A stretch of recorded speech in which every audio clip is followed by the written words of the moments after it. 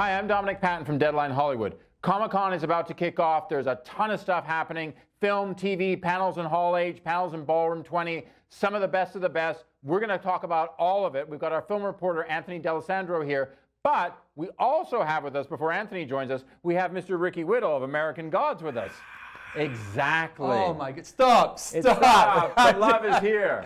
Oh. Now let's quickly talk about it. Last year, you guys basically debuted American Gods. You guys had your Comic-Con panel. We had our cherry. We popped our cherry. This year, you're going back to join, it's the Holy Warriors panel, I believe? Brave New Warriors panel. Brave New Warriors panel. You're going to be with David from Stranger Things, people from Westworld, tons of different stuff. Yeah, great honor. What was your best experience out of Comic-Con last year? Well, the funny thing is, people always say, "Oh, how was Comic-Con? You enjoying it?" And I'm like, I've never seen it because we use, all the back service elevators, the back corridors, and then I'm flanked by security guards that would make, Mike Tyson cower with fear. And I'm just rushed from room to room to room. Ricky, you make Mike Tyson cower with fear. Come on, dude. Look at the guns. Look at the guns. I've lost weight since work. I've dropped 15 pounds. So Weight Watchers, this is not shadow weight. This isn't American Gods weight. This is smaller now. Looking forward to that bulk. Get the pizzas in. But at the end of the day, it's like Disneyland for adults. It really is crazy. And I still geek out. I'm going to go and do these panels down at Comic-Con, and like David Harbour, I literally just watched Stranger Things.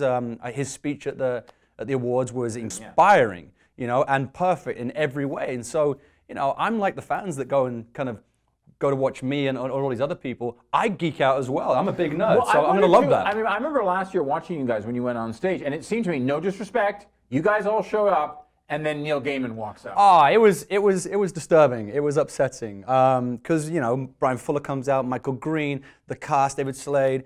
I came out, and I'm the lead, and I was like, yeah, it's a good applause. And then Ian McShane came out, and he's like, oh yeah, it's Ian McShane. Of course, it's going to get a huge crowd. And then literally a standing ovation from like 5,000 people, wall to wall, standing ovation for Neil Gaiman. And I just leaned into Pablo. I was like, dude, we should probably go. we weren't needed. He's a rock star, and that's why he can't walk the floor. It's insane. It's pandemonium, but he just takes it in his stride. He's used to this. He's been doing it for a long time. Now that you've done it last year, now you're going to go back this year. What are you going to do differently this year that you didn't do last year? Are you going to go on the floor? Are you going to hang out? Well, I'm not working as much this year. Season 2 won't be out until after next Comic-Con. So yeah, you never know. And then there's always the party at night. I'm not one for all the crazy parties, but it's a great chance to catch up with old castmates and colleagues and friends. So my friends from Mistresses and the CW, 100, the 100 and stuff, and people from across the board. I've met David Harewoods and all these groups of people and pods that are scattered throughout the industry, and it's just a big, massive get together. We have fun. You let your hair down, and then everyone scatters across the world off to their sets, and you say see you next year, next summer. So it's gonna be a lot of fun. Well, talking about scattering around the world, Anthony, what do you think of some of the big film panels that people should be paying attention to this year? Dominic, I think it's all about Saturday. You've got Warner Brothers. They're showing off their future DC slate with Justice League, and there's going to be a sneak peek of Aquaman. They're also bringing Spielberg down with Ready Player One, Harrison Ford and Ryan Gosling with Blade Runner 2049, and then there's Marvel. Now, I wanted to ask you about that because Marvel, of course, there was Disney's D23. Marvel had a big panel there. They had almost every actor on stage at one point for Avengers Infinity. Is this kind of the afterthought for them now, or what's the deal? No, I think they're going to do something different. The question is, do we see the same footage from Infinity War? There's been a lot of footage out there already as far as Marvel showed off portions of Black Panther earlier this year to the media, before. Which looks great. Before they did the trailer.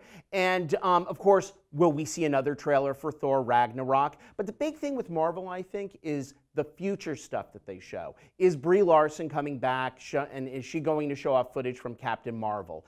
Is Ant-Man and the Wasp, will we see a little something from that? And the big announcements, they're always full of surprises. Now, for you, what's your favorite Marvel film? Well, they're basically all the Avengers now.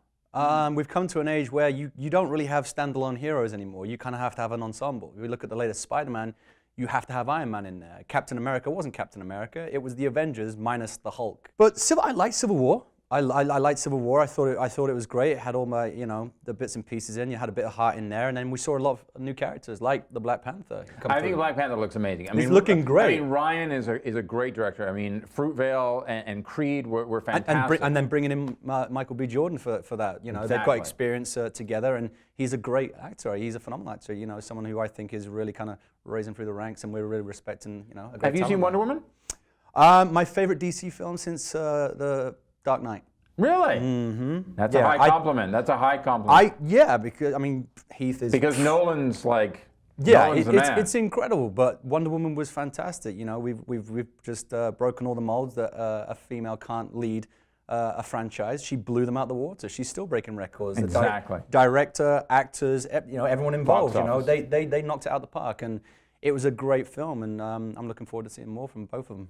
Anthony, you know, for years, Comic-Con, of course, it started out as a comic book convention. It then grew into a lot of Hollywood there. But now we've seen the real balance where almost more panels, more halls are taken over by TV. From your point of view in the film department for us here at Deadline, where do you see the balance between film and TV at Comic-Con? I mean, right now, this year, there's definitely more television than film. I think it all depends on studio schedules, what they have coming out in the future, like Paramount. Well, they have a Bumblebee film on the schedule. It may not be ready. The studios want to go down there fully prepared, fully to show off all their wares, because typically once they leak something to the fans, they have to release the trailer online so that there isn't any piracy.